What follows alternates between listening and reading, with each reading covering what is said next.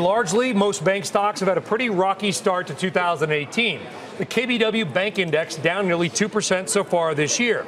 Here now to talk about what the next 6 months might hold for the banks is Ed Groshans from Height Analytics and Marty Mosby from Vining Sparks. Ed, you're on set, so I'll go to you first. Thank you very much. All right, thank you very much. Two ways to look at the bank story, because everybody said it was a no-brainer a year ago, right? Oh, interest rates are going up, net interest margins are going up, you got to buy the banks. That has not played out. How come? I think in part is the uncertainty that you all been talking about. There's a lot of uncertainty that came into the markets. Tax reform was the best thing for the banks, and no sooner was that in place and started to hit the earnings than we started these trade issues, and everything stalled. Okay, I hear you. But Ed, combine trade war and soybean tariffs with why mid-cap banks in Arkansas are down. That's right. I don't agree. Okay. I'm very bullish on the. I'm very bullish. Connected is the point you're trying to make. I'm very bullish on the banks. Look, you got net interest margins going up because the Fed's raising rates, right? Efficiency ratios are all-time lows. All we need is loan growth to kick in, and this sector's going to fly. So I'd be overweight financials, specifically mid-cap and regional banks.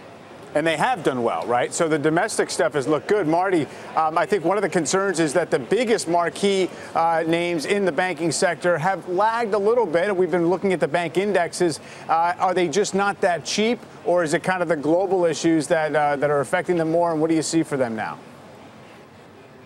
Well, really, we call this in January because there's several things each year that pull the banks down relative to the market. So if you look at 16, they underperformed in the first half of the year, then they outperformed in the back half of the year. Same thing in 17, and now we got it set up again in 18. What happens is you have seasonality in the first part of the year where bank earnings are weak. You also have the big banks that basically burn out of their share repurchase authority, and until just last week were really out, so they couldn't support their stocks at all. That kicks back in as we get past the July earnings. And then what we get is the second half of the year when earnings start to go back up and look much more favorable. So as we start to see that, we expect the back half of the year to outperform at least by 10 percentage points like we've seen in the last 2 years. There's also this lively debate when it comes to the bank stocks about how much the yield curve actually matters. You know, the yield curve flattens and then the banks go down, and then you have all the bulls saying, hey, that's not even the right metric to look at for profitability. That's not how their business works. And also, the yield curve doesn't necessarily reflect the fundamentals of the U.S. economy.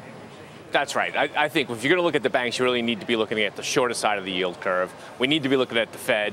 They're raising rates, and what we're seeing is a lot of those rate moves are not flowing through to deposit costs. So all we're getting is margin expansion and revenue expansion off of that. It will change, but right now as the Fed's raising rates, our revenue is flowing straight to the bottom line. It's good for the banks. Yeah, you wonder when it changes. Yeah, and you said when or if loan growth grows, these things are going to take off. Right.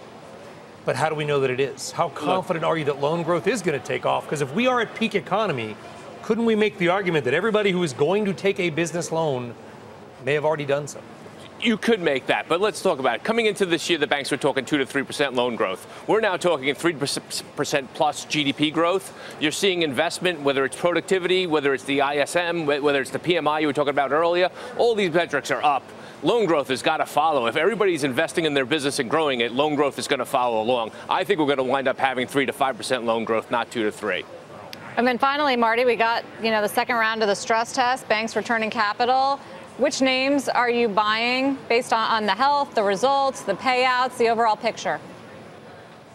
So if you look at the capital, the key thing that you get there is underneath, they're being able to increase dividend yields at 25%, been able to increase their share repurchase 35% plus. The super regional banks had the most benefit as they got the freedom from the recent deregulation. So we like banks like SunTrust. We like banks like Regions. You've got KeyCorp and Huntington as ones that are producing double digits in dividends as well as share repurchase. So they're winning on both fronts, and those are the ones that should really get the most traction going forward.